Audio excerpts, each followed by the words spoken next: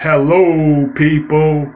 This is Detroit Miracle, and I'm coming back to you. Yes, and indeed. Right now, I'm going to get into a religious discussion about God, who is the one and many, as well as many and one. Now, there are some that might not be familiar with that concept of God, and it's some that might be confused with that concept pertaining to God. Okay, folks, let me enlighten you from my perspective. The many, which is everyone and everything, is God.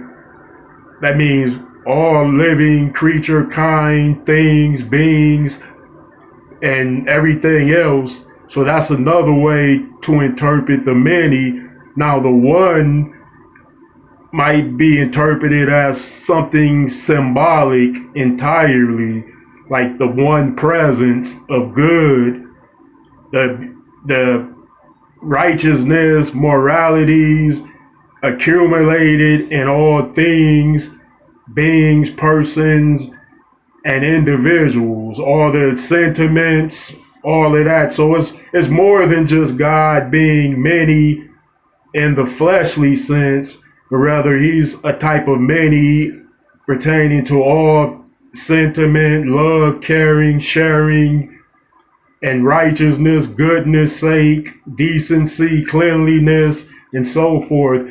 So God takes on the presence of all good things of decency, cleanliness, and blessed, wondrous, and etc. like that. So God is both of a categorically emotions of a positive, but God is well aware of the negative, but he doesn't have to immerse in any of that or be affected by it. So and of course, so the many is of the fleshly and the spiritly, because and the spirits, of course, the fleshly and the spirits. I like that better, because the emotion, the goodness, all of the decency, the good principles in someone, the kind nature, the caring, the charitable hearts, and all of that, God could embody all of that completely, in which you take in as much as you can handle and as much as you seek out.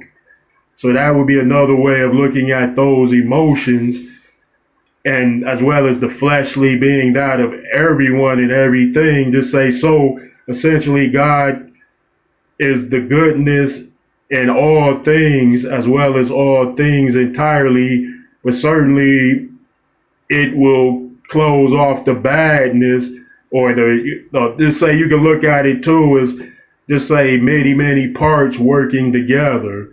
Just say, look at God as one whole of many. Just say the entirety, the cosmos, and the parts are living things, beings, celestial bodies, stars, moons, worlds, planets, systems. And then, entirely that's God of one and many. Based on that interpretation, certainly. Now, when parts go bad, then God would simply discard those parts, throw them away, ignore them, and not include those parts with his regular working system. So that's another way to look at God in a cosmic sense, where he's everything entirely, but some of his parts go bad, so he disregards them, disavows them, gets rid of them, removes them as such.